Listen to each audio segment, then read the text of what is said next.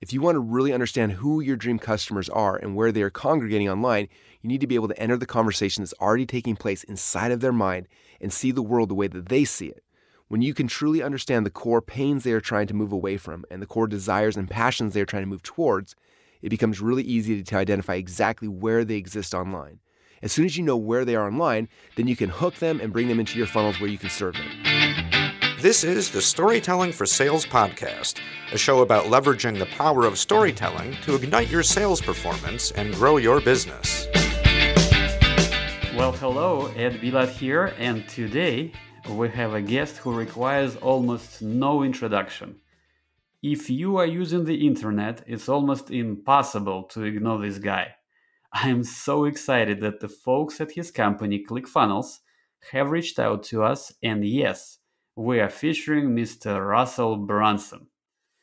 As you probably know, over the last 15 years, Russell has built a following of over 1 million entrepreneurs, sold hundreds of thousands of copies of his books, and co-founded a software company called ClickFunnels. Get this, they have launched in October 2014, and the company grew to 100 million in the first 3 years. Currently, ClickFunnels has over 100,000 active users. Russell is here to talk about his new book called Traffic Secrets. I've been waiting for this book for a long time, and I just got my copy in the mail last week. Here is why I think this book and this episode is very timely. First, with the current pandemic situation, almost everybody moved to online world. Whether you are an entrepreneur, small business owner, sales leader, or you work in corporate sales, internet is here to stay. And everybody will be trying to figure out the traffic. How and where do you get your customers? Second, the traffic strategies Russell talks about will stay current, no matter what. In other words, they don't depend on a particular platform or a program, like Facebook or Google or Instagram. As you know, they're changing their interfaces daily, and it's almost impossible to keep up. The approaches in this book will stay evergreen. And finally, in this particular episode, Russell talks about identifying who is your dream customer, becoming obsessed with your dream customer, and what is particularly interesting to our podcast listeners, how to develop your hook, story, offer to help your dream customers to move away from pain and toward the pleasure. If you ask me, this is a classic storytelling. We will provide a link to order the book, which is, by the way, completely free. All you gotta do is to take care of shipping. All right, without further ado, Russell Brunson, welcome to the show. Before we get started, I want to make a quick informal introduction. I spent the past 15 years mastering the art and the science of getting the right people to come to my websites and my funnels with their credit card in hand. After learning how to do it for my own companies, I created simple frameworks to help entrepreneurs that I have the privilege of serving to get more traffic into their funnels. This book is a compilation of all of these frameworks. I'm a very visual learner, and so for each of these frameworks, I've actually sketched out doodles and put them inside the physical book, as well as screenshot examples and other charts and graphs to help make these concepts simpler to understand. You'll get a lot out of the audiobook even if you don't see the sketches, charts, and graphs, but you'll get even more if you do have them. Because of that, I do recommend reading along with the physical book as you listen to the audiobook. We've also put together a special PDF with all the sketches and examples for our audiobook listeners that you can download for free at trafficsecrets.com/audio PDF. Thanks again for grabbing the audiobook, and I can't wait to help you get more traffic into your funnels. This book is dedicated to the entrepreneurs who I've been called to serve, my funnel hackers. You've made it possible for me to do a work that interests me and that I feel is meaningful and worthwhile. This final book in the Secrets Trilogy was created to help you find more of the people who are waiting to hear your message. If this book helps you reach even just one more person and change their life with your God-given gifts, then this work will have been a success. Forward by Dean Graziosi. $25,000. Did I hear 30? The voice of the auctioneer was fast, and the suspense built as the bidding got higher and higher. Yes, I said. $30,000 from the black-haired gentleman in the front. 40, a voice behind me said. 45,000 from the man in the back. 45, I said. $45,000. I couldn't see who was bidding against me, but when the auctioneer finally arrived at $50,000, I decided to stop bidding. To my surprise, so did the person behind me. The auctioneer yelled out, "Number 27, you win the bid." I was number 27. I won. I was bidding to name a commercial Virgin Atlantic plane. Yes, I know that may sound pretentious, but it was for a great cause. About 12 years before writing this, I was at one of Richard Branson's charity events.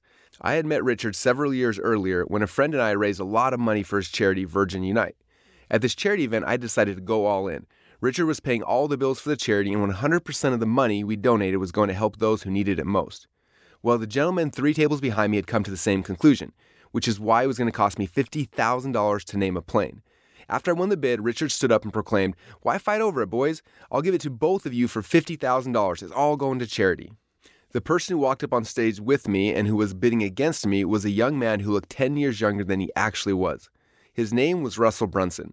It was the first time I actually met him in person. What a charming guy he was.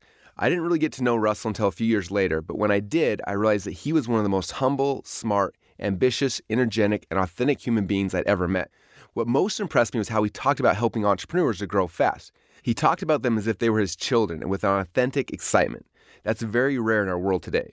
Russell's focus was never on how much money he was going to make or how big his business was going to be. He always looked through the lens of how to help people go faster.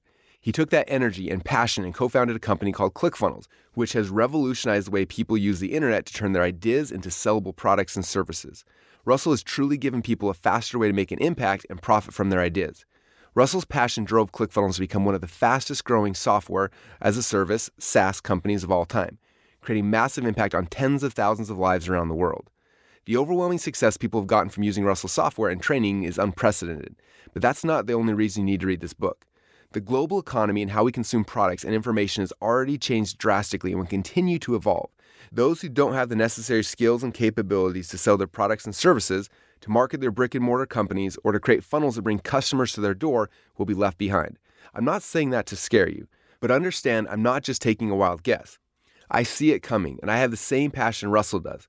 I've been blessed to be in the self-education industry for over 22 years. I'm a multiple New York Times bestselling author, and I've been able to start 13 companies that have generated over $1 billion in sales. These opportunities have positioned me at the edge of this world, and I can see the change coming. Is there any worse feeling than being left behind? Russell Brunson's passion for helping you avoid that feeling is why he wrote this book, and my shared passion is why I wrote this forward. This book reveals the most cutting-edge way to drive eyeballs to your product or service to help people find you. There's a classic movie with Kevin Costner called Field of Dreams. It's about building a baseball stadium in the middle of nowhere. The movie is great, but it sends a bad message that people will come simply by something being built. Unfortunately, too many people in business have taken the concept literally and have decided to run their businesses that way. They think if they build the best product or service, invent the best widget, create the best mastermind, or write the best book, the world will just find it. They think that as long as they have built the best product or service, people will just show up to buy it. The reality is they won't just come. Unless people know that you exist and you give them a compelling reason to come find you, they aren't coming. Without good marketing, your ideas will be just that, good ideas. Imagine looking back when you're 80 years old and feeling like you're just dabbling with 20 great ideas, but never really made the impact you desired. It doesn't have to be that way. Russell's expertise is massive, and he uses all of it in this book to expose the new way to drive the right people to your product, service, idea, company, mastermind, or book. He's giving you secrets that no one has revealed in this way before, and he does it in a simplistic manner that makes his lessons easy to absorb and understand. He reveals exactly how to drive traffic to your business, your product, or website. This is one of those books that, if consumed and applied properly, could be the game changer for your life. By the time you're done reading this book, you will understand so much more clearly why certain online companies are thriving and why others are struggling. You will understand why the businesses you started in the past didn't get the results you had hoped for. You might also realize that the reason why you're already doing so well and learn how you can do even better. The world has changed, and for those who don't know how to pivot, a life struggle may lie ahead. Or, less dramatic but equally sad, yours could be a life, a purpose unrealized. A life in which you don't tap into the next level and you never reach your full potential. In this powerful book, Russell Brunson opens his heart and shares the tactics and strategies necessary to make sure that you reach your full potential. Hold on tight and discover what it's like to profit, make an impact, and create a company with momentum that thrives in today's world. Preface: You bring the fire, I'll give you the framework. On September 23, 2014, Todd Dickerson, Dylan Jones, and I launched a new software company that we naively believed would change the world. The goal was to create a product that would free all entrepreneurs and give them the ability to get their messages out to the market faster and easier than ever before, so they could change the lives of the customers that they were called to serve. The company we launched was called ClickFunnels. A few short months after we launched ClickFunnels, I released a book that I had been working on for almost a decade. I was a first-time author, and because my book was about sales funnels, something that was extremely exciting to me, but pretty boring to most others, I was nervous about how people would respond to it. That book was called .com Secrets, and little did I know that that book would become the playbook for how people build sales funnels online, and was the key to the initial growth of our company. When people understood how they could use funnels to grow their companies, well, they started to use funnels to grow their companies. A few of the core concepts that I first revealed in .com Secrets were the secret of the value ladder and how you can use it to provide more value to your customers and make more money from every customer in the process. How to attract your dream customers that you want to work with and repel the types of customers that you don't want to work with so you only spend time serving the people that you enjoy being around. The exact funnels and sales scripts you can use to convert website and funnel visitors into customers and move them through your value ladder so you can serve them at your highest level, and a whole bunch more. As Garrett J. White told me after reading the book and applying it to his company, I already had the fire, but you gave me the framework I needed to grow. Over the next 2 years, that book became the underground playbook used by over 100,000 marketers to build their sales funnels online. But as ClickFunnels grew, I started to see a big division between those who were making money with their funnels and those who made funnels but weren't making any money. People had mastered the funnel structures and frameworks because of .com Secrets, and they could quickly build those funnels inside of ClickFunnels, but some people weren't making any money because they lacked the basic understanding of how to convert their funnel visitors into customers. They didn't understand the fundamentals of persuasion, storytelling, building a tribe, becoming a leader, and communicating with the people who entered into their funnels. And so I began my second book with the goal of helping readers to learn and master the persuasion secrets that are necessary to convert people at each stage of their funnel. While .com Secrets was the science of funnel building, Expert Secrets became the art behind successful funnels, helping people to move through your funnels and become your dream customers. That brings us to this book, the third and final volume in the trilogy, Traffic Secrets. Traffic is the fuel for every successful business. It is the people who are coming into your funnels. The more people you can get in front of, the bigger impact you and your company can have, which in turn usually creates more money for your company. As we watch members of ClickFunnels growing their companies with funnels, using the structure from .com Secrets and the persuasion skills they learned from Expert Secrets, many people were still struggling because they didn't know how to get consistent traffic or people into their funnels. On the flip side, those who were getting traffic from Facebook or Google were nervous that if either of those sources dried up, they could lose their companies overnight. Traffic Secrets approaches traffic from a completely different direction than anyone has ever discussed before, less from the tactical fly-by-night operations and more from the strategic long-term model that will ensure a consistent flow of people into your funnels. The strategies inside this book are evergreen and will never change as long as there are humans on this planet to sell to. Each book in the Secrets Trilogy was written as a standalone playbook, but mastering the skills from all three books is essential for your long-term growth of your company. Because of that, each book refers to and ties in important concepts from the others. If you're interested in the most up-to-date information, I invite you to go to marketingsecrets.com to listen in on my podcast, Marketing Secrets. It's published twice a week and covers everything we're learning and discovering in real time. I share new secrets every week for free that build upon the evergreen topics and frameworks that you're mastering in these books. I hope that you can use this trilogy of books to change the lives of the customers you've been called to serve. Everything written in these three books is evergreen and focuses on concepts that have worked yesterday, are working today, and will continue to work tomorrow and forever. Introduction. There's a storm coming. April 27, 2018 was the day that my kids and I looked forward to for a long time. It was the opening night of the movie Avengers: Infinity War. I've been a superhero fan ever since the first Iron Man movie came out, but not long enough to know the entire history from the original comic books, so everything that was happening in the movies was a huge surprise to me. This was the 19th movie in the Marvel Cinematic Universe, and all of the prior movies had culminated into this epic standoff between Thanos and the Avengers. In the movie, you see Thanos as the ultimate bad guy, but he actually thinks he's doing good. He's concerned that the universe is overpopulated, and he believes that it's his mission to save it. His goal is to gather all the Infinity Stones, put them into his gauntlet like a big glove, and then when he snaps his fingers, restore balance to the universe by killing half of the population. The movie ended, spoiler alert, with a huge cliffhanger after Thanos collected all the Infinity Stones and snapped his fingers. In an instant, half of the people in the universe disappeared. The next day after watching the movie, I was talking to my friend and fellow online marketer, Peng Jun, about the movie, and he said something that sparked an idea. That idea later became an event and since has resulted in me writing this book. Talking about the founder of Facebook, Peng Jun said, "Do you ever feel that Mark Zuckerberg is like Thanos, and his whole goal is to wipe out half of the entrepreneurs who are advertising on Facebook? He could literally snap his fingers and half the online entrepreneurs would lose their businesses overnight." That statement quickly got my mind racing back to 2003, the year I bought my very first Google ad.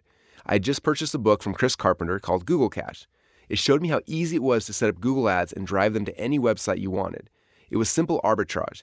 I would spend 25 cents to get someone to click on my ad, and they would go to my website, and I would hopefully make $2 to $3 in sales for each click I received.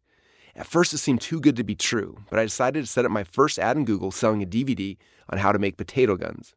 When someone would search for potato guns or spud guns in Google, my ad would show up. If they click on my ad, charging me 25 cents, they would end up on my website, howtomakapotato.gun.com.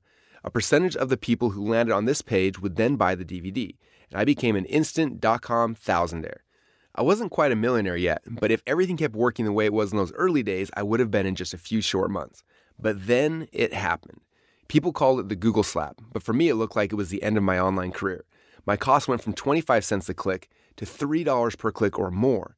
Instantly, half of the online entrepreneurs who were buying ads on Google, including myself, lost their businesses overnight.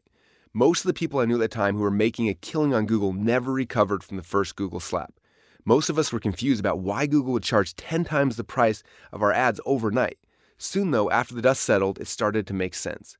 Google only wanted the big brands, the companies who could spend millions of dollars a month in ads, not the small guys like me who were just spending a few $1,000s a month. The small entrepreneurs like myself only made up a tiny percentage of their overall revenue, and we were likely the ones who caused 90% or more of their headaches. They didn't care about us. They only cared about the really big advertisers. And what started as the best way for the little guy to have success quickly disappeared when Larry Page and Sergey Brin, the founders of Google, decided to give us small entrepreneurs the slap. In .com Secrets, I shared the way that I saved myself and my tiny little company from this Google slap was by learning how to use funnels. I changed my little potato gun website into a funnel where I could make more money from each visitor who clicked on my ads. Google's costs didn't go down, so I found a way to pay for those costs. I would spend the $3 per click that Google wanted to charge me, but then I would make $5 to $6 from everyone who came into my funnel. That strategy is outside the context of this book, but I write about it extensively in both .com Secrets and Expert Secrets. After that initial Google slap, the entrepreneurs who survived started looking for other ways to save their companies. Some turned to email marketing and others turned to paid ads on blogs and websites, but the majority of marketers started getting the bulk of their traffic from Google's free search platform. We all started to learn how to play the game. We'd get ranked really high for the core keywords that we used to pay Google for, and traffic started coming back into our funnels for free. Again, this seemed like it had to be too good to be true, but for years this was the secret. Then one day, just like before, Google decided it was time to change things up once again. The next few years were known for dozens of new Google slaps that affected people who were ranking high in the free search results. Each morning we would wake up hoping and praying that we were still ranking for the keywords we'd worked so hard to earn, but we were at Google's mercy. Our future was outside of our own control. Each slap would take out another huge percentage of entrepreneurs. Soon they started giving each of these slaps cute little names like Panda and Penguin and Hummingbird. But each new slap meant that a new group of entrepreneurs had to wake up to the reality that their companies had dried up overnight. They had lost all their traffic, and because traffic equaled customers, they had no business. The decade from the early 2000s to 2010 was a constant fight for most entrepreneurs to stay alive. Then in 2007, the dawn of a new era of online advertising started when Mark Zuckerberg introduced his new Facebook ads platform. Just as Google did when they first opened up their platform, Facebook made it easy and affordable for entrepreneurs to buy ads. The costs were low and arbitrage was simple. Facebook's goal was adoption, to get as many people as possible and as fast as possible to use their ad service, and that's exactly what happened. For people like me, it was like the good old days of Google where I could spend 25 cents in ads and make $2 to $3 back for each click. Many of the entrepreneurs who I'm now coach started their companies around this time and have leveraged Facebook to grow their companies quickly. But for the marketers who have been around long enough to remember the earlier bloodbaths that Google and other platforms have put us through, the pattern of Facebook is almost identically matched what Google did when it started. Step number 1, the adoption. Make the barrier of entry easy to get everyone in and using the platform. Step number 2, the price hike. Slowly raise the prices to squeeze out the margins, killing off any entrepreneur who doesn't understand how to use funnels. And step number 3, the slap. Kill off the 50% of advertisers who cause 90% of their headaches. If you spend less than $1 million per month on ads, you're considered a small advertiser. You only make up a tiny percentage of their revenue, yet you're 100 times harder to support than a big brand who cares a lot less about ROI and more about just seeing their brand everywhere. That day after the movie, Payne Jr. and I joked that instead of a Google slap, we were going to see a Zuckerberg Thanos, we've now nicknamed him Zanos, snap, where 50% of all entrepreneurs' businesses would disappear overnight. If you rely 100% on Facebook for your traffic, then this is your warning that a storm is coming. You should implement everything you read in this book so that you can protect your company and thrive during that storm.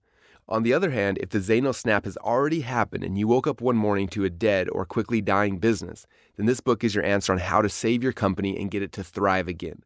Over the past decade and a half that I've been playing this game, I've survived and even thrived during dozens of Google slaps, the death of email marketing, algorithm changes, the rise and fall of tons of social media networks, and the fragmentation of online media.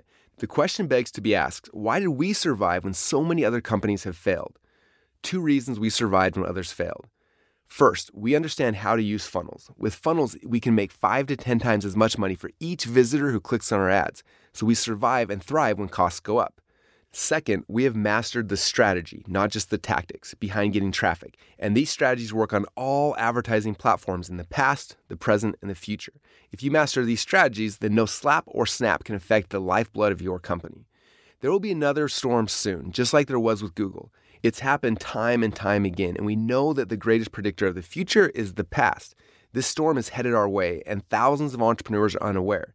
I feel like I have a moral responsibility to 100,000 plus members of our ClickFunnels community, and to the million plus entrepreneurs who follow me, and to anyone else who will listen to prepare them for this storm.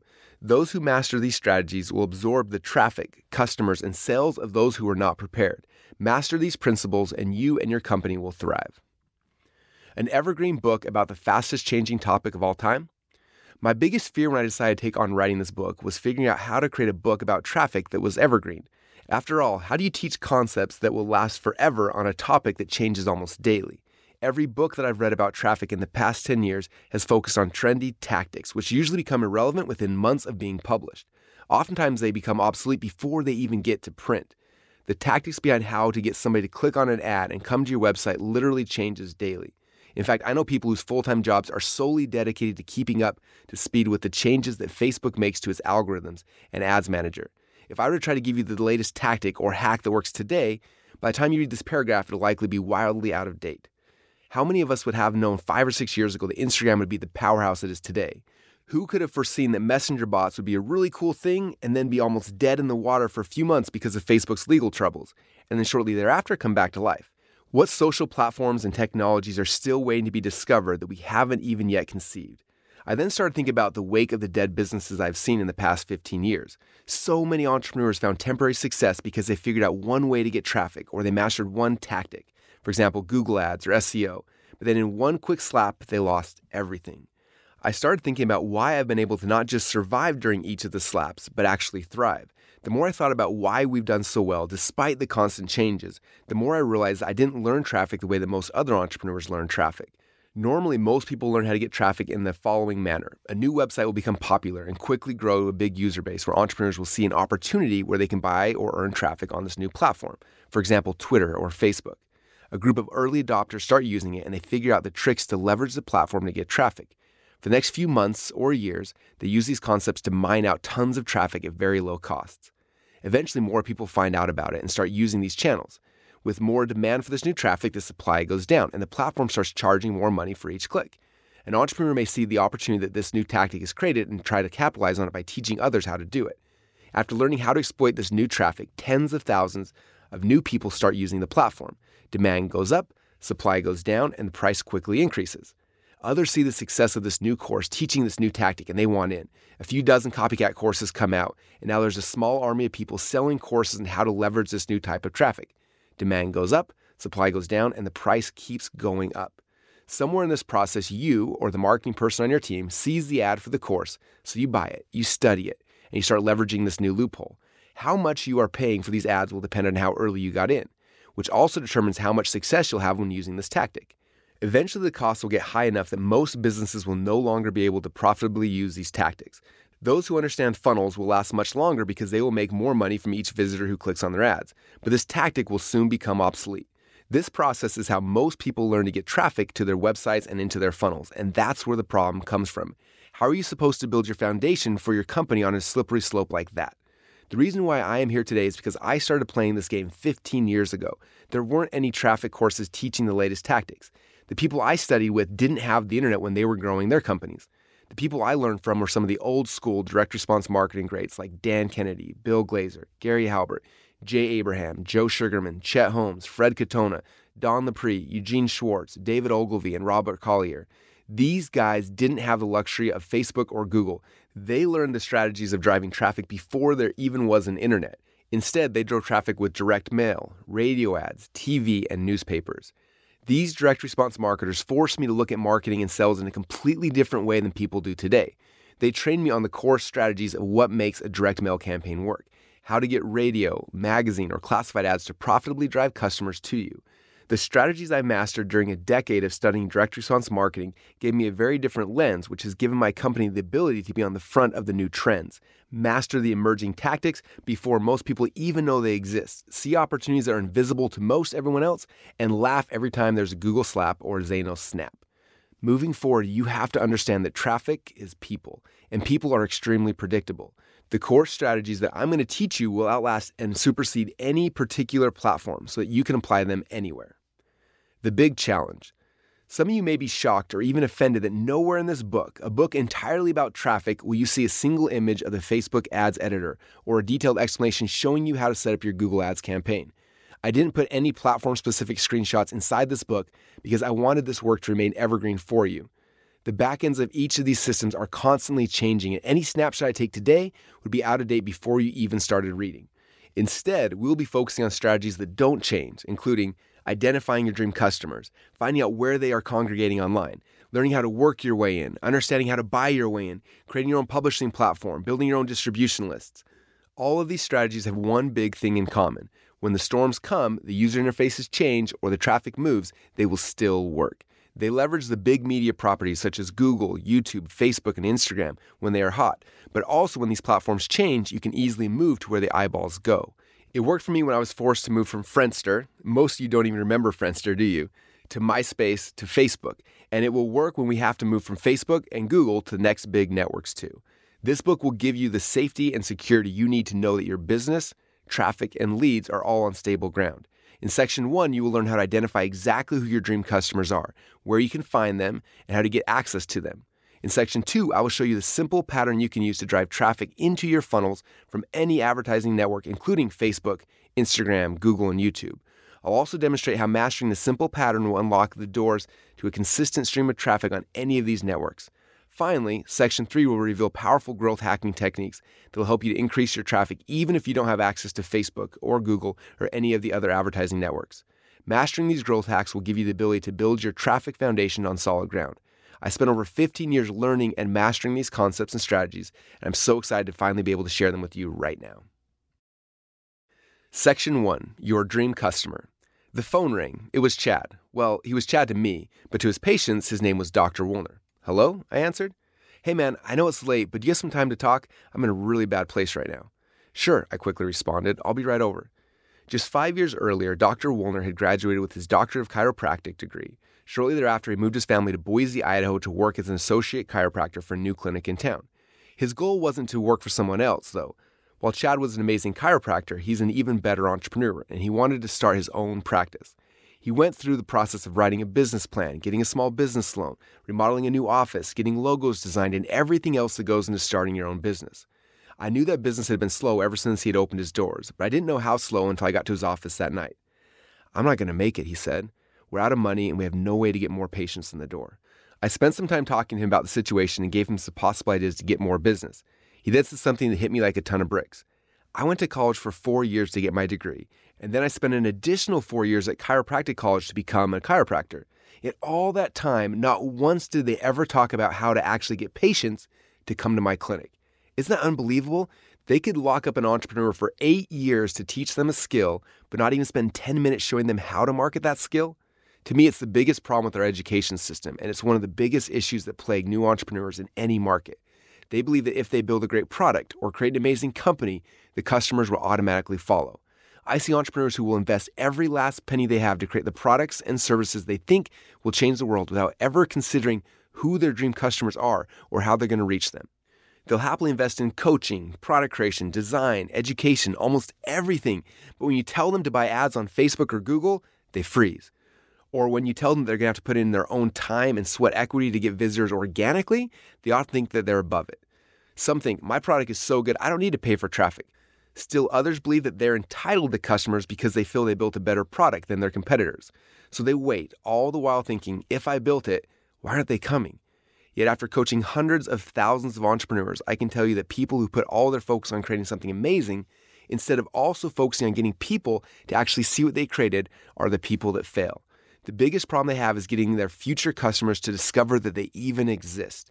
Every year, tens of thousands of businesses start and fail because the entrepreneurs don't understand this one essential skill, the art and science of getting traffic or people to find you. And that is a tragedy.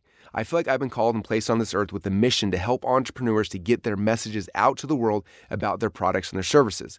I strongly believe that entrepreneurs are the only people on earth who can actually change the world. It won't happen in government, and I don't think it's going to happen in schools.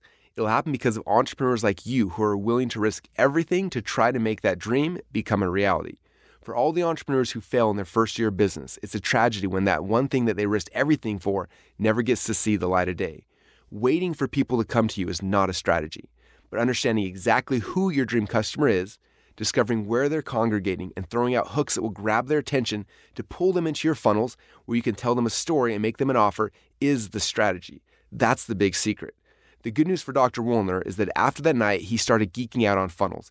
He built a client acquisition funnel and learned how to buy ads on Facebook and Google. His funnel now generates new patients for him 24 hours a day, 7 days a week, and to this day, he has a thriving practice. I'm assuming that if you're reading this book right now, you have a product or a service or a skill that you focus countless hours on mastering.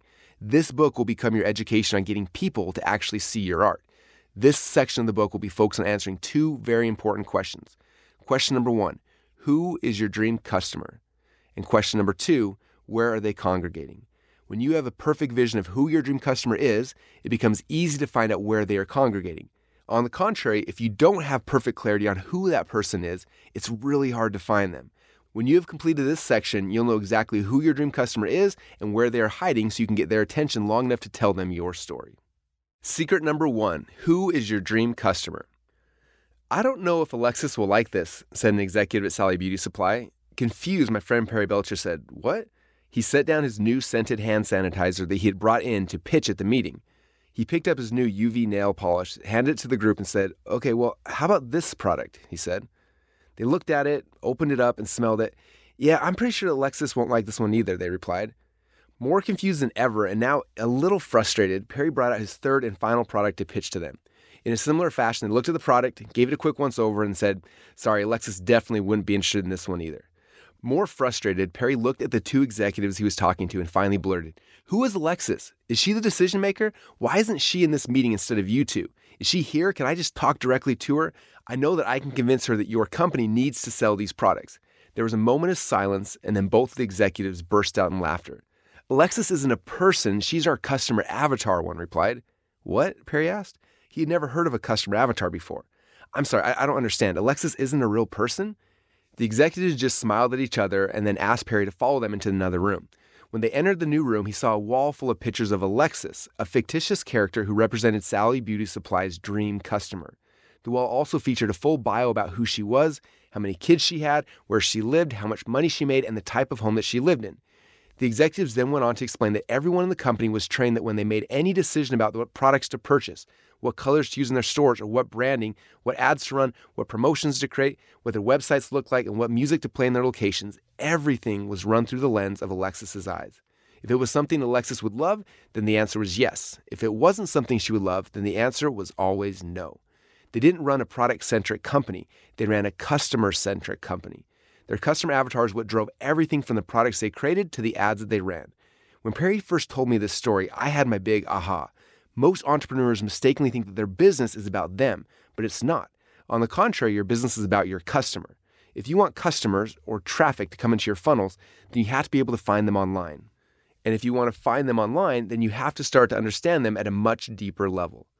Becoming obsessed with your dream customers. The first step in this process is to become obsessed with your dream customers. Companies that become obsessed with their products will eventually fail. As we've grown ClickFunnels, I've seen this happen time and time again. Every company we've competed against, even though some of them had hundreds of millions of dollars in funding behind them, eventually lost to us because they were busy focusing on their products while we became obsessed with our customers. What do I mean when I say obsessed? Well, being obsessed with your customer means understanding them just as well, if not better, than they understand themselves. For many, this is the most difficult part of the process, even though you may have actually been your dream customer not too long ago. Often just remembering how you felt when you were trying to solve the very problem that you're now solving for people is usually hard. I was recently talking to my friend Nicholas Bayerly about the fact that most businesses are created from a problem that an entrepreneur had, and their product or service was a result of them figuring out the solution to that problem. Our mess becomes our message, Nicholas said. When you're frustrated about a problem you're having, you look for a solution. If you're not able to find the solution that gives you the results that you want, then you'll likely go on a journey to find or create your own solution. In that way, your problem becomes your business. In other words, your mess becomes your message. If that's true, then you need to look back in time to find the point where you were struggling with the same problem that your dream customer has now. Then you need to remember what you were feeling when you were in that pain. In our community, we have some amazing examples of leaders who have made their mess their message, and one of my favorite power couples is Stacy and Paul Martino. Years ago, they found themselves at a crossroads. Their relationship was broken. Paul had tried for months to stay, but eventually he felt so much pain that he decided to leave. As he broke the news to Stacy late one night, she broke down and cried. Her relationship was over, and the pain she felt was too much to bear. I won't tell their full story here, but the short version is that because of this experience, Stacy knew that to save her relationship, she needed to change first. She put in the work to transform herself, and in the process of her changing, Paul changed as well. After saving their own marriage, they developed a unique process to heal marriage that doesn't require couples work. Instead, they believe that it takes just one person in a relationship to change it for the good. Their mess became their message, and now they've dedicated their lives to helping others find relief from the same pain that they felt years earlier. With their unique systems and tools, they've helped to save thousands of marriages. In a society where more than 50% of all marriages end in divorce, the students who go through their program only have a 1% divorce rate. Stacy and Paul are successful at finding and helping their dream customers because just a few years ago, they were their dream customers. Because they really deeply understood the pain, they could identify their dream customers' goals and aspirations and can identify where they were congregating to help move them towards those goals. They are a product of their product. In the early 20th century, Robert Collier published one of the great books on copywriting, the Robert Collier Letter Book. In this book, he shares how to really understand your customers.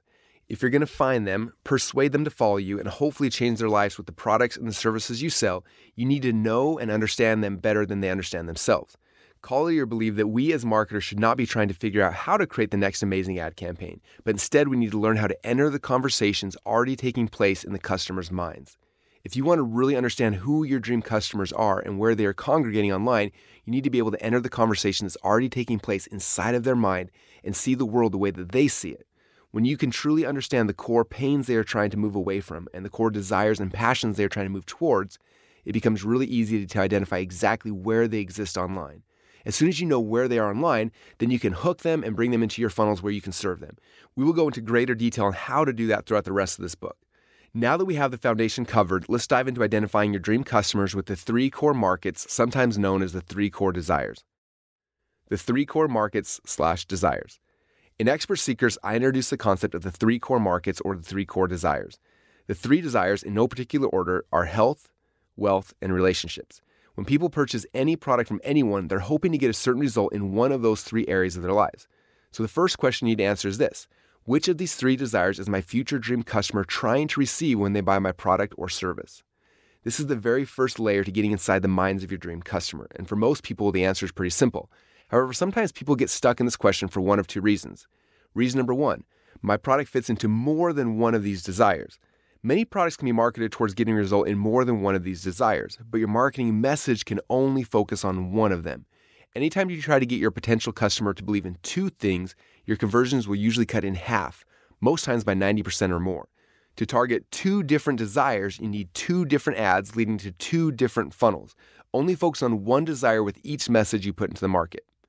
Reason number 2, my product doesn't fit into any of the desires. This false belief was best resolved at one of our recent events where someone told one of my head coaches, Steve J. Larson, this exact same thing. Steve responded by telling the story of Gillette razors and asking which desire a razor fulfilled. At first, everyone was quiet, and then a few people started guessing. Health, another mumbled, or maybe, Steve then played one of the Gillette ads. In it, you see how the story develops. First, a man is shown shaving. After the shave, a beautiful woman gets closer to him, and then the 2 go out for the night on the town. Finally, the ad shows the 2 together back at home in their room. After showing the ad, Steve asked the question again a little differently. What desire was this marketing message created for? Instantly, everyone responded, relationships. Most products can fit into multiple categories, even if they may look like they don't fit into any category at all.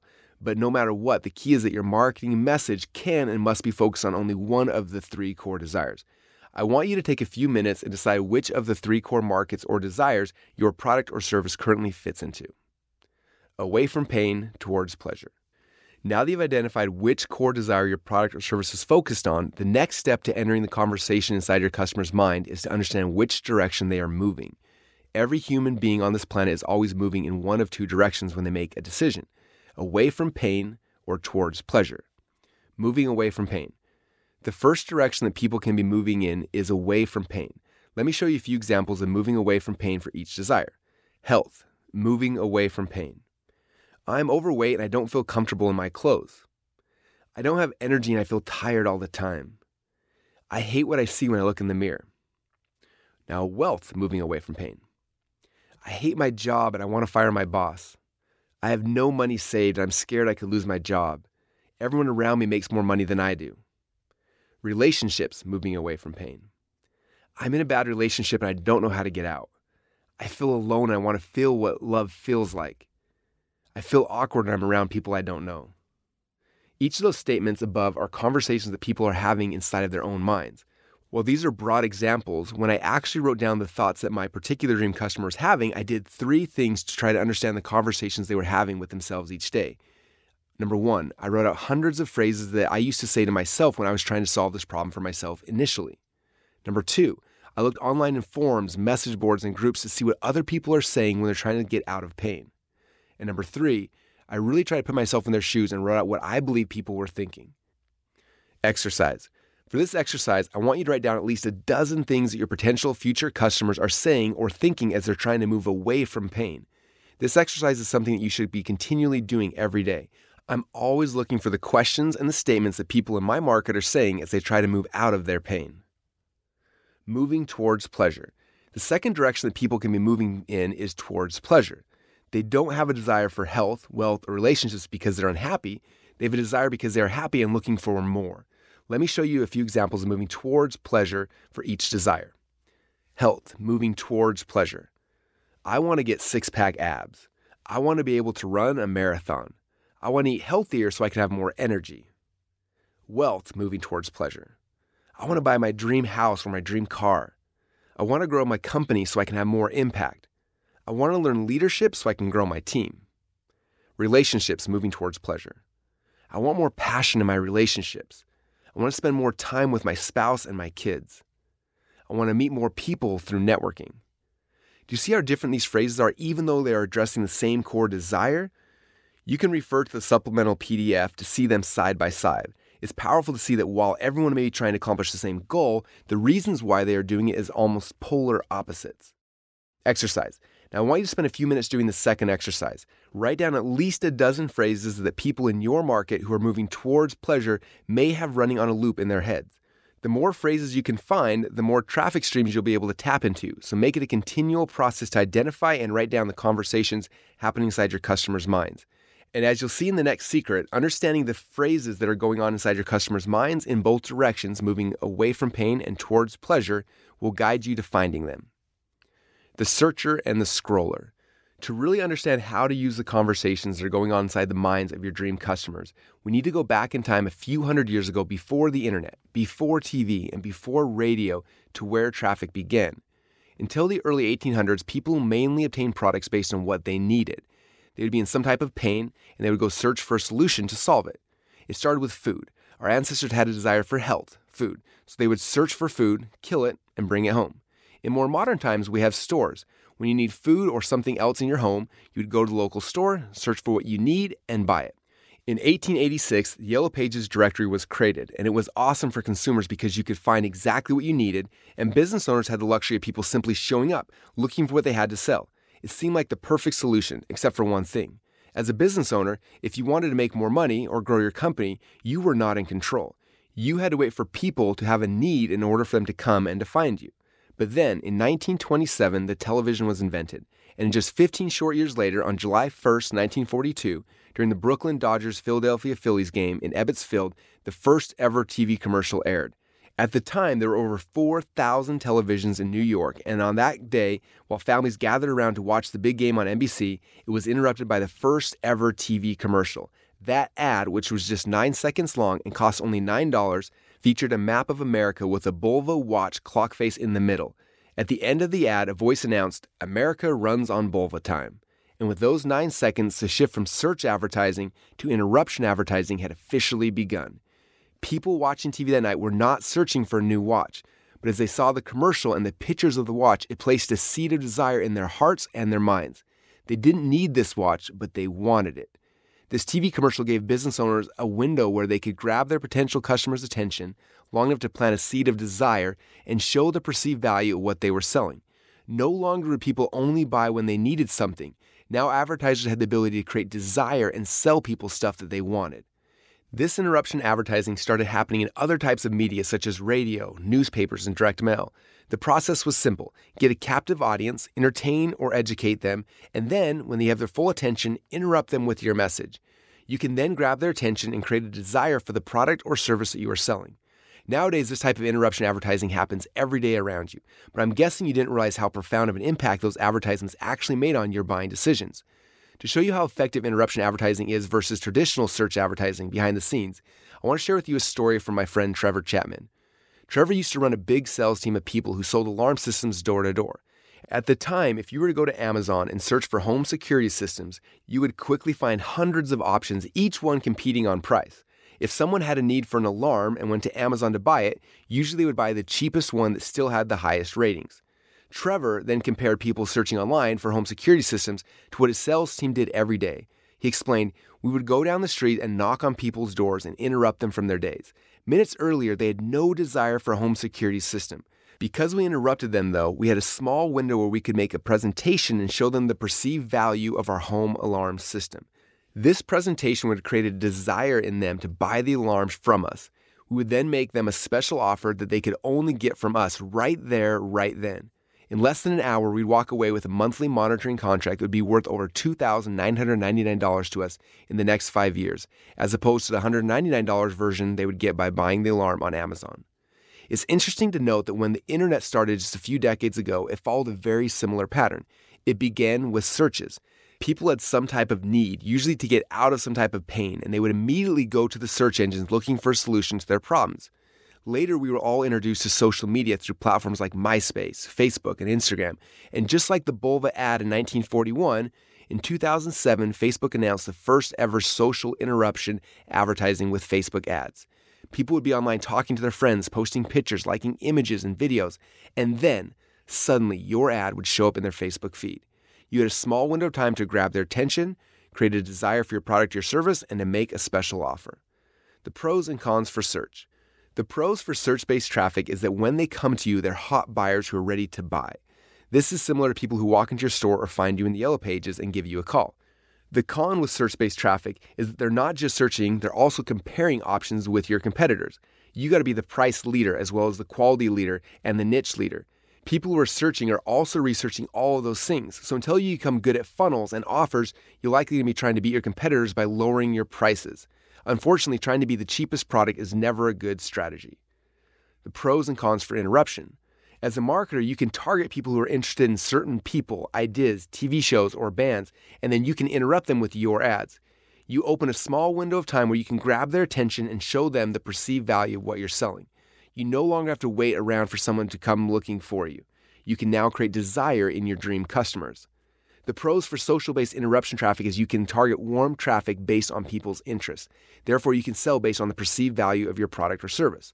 The con for social-based interruption traffic is that because the customer isn't actively looking for you, you have to become good at your hook, story, offer, where you can grab their attention, tell them a story, and then make them an offer. We'll be covering how to do this in more detail in secret number 3. Now that you've identified who your dream customer avatar is, what their core desires are, and if they're moving away from pain or towards pleasure, the next question we ask is, where are they congregating? As you will learn in the next chapter, there are congregations where the scrollers are hanging out and congregations you can target for the searchers. That does it for this episode of Storytelling for Sales. You'll find show notes and links on our webpage, storytellingsales.com. You can subscribe to the podcast on iTunes or wherever you get your podcasts. Thanks for listening.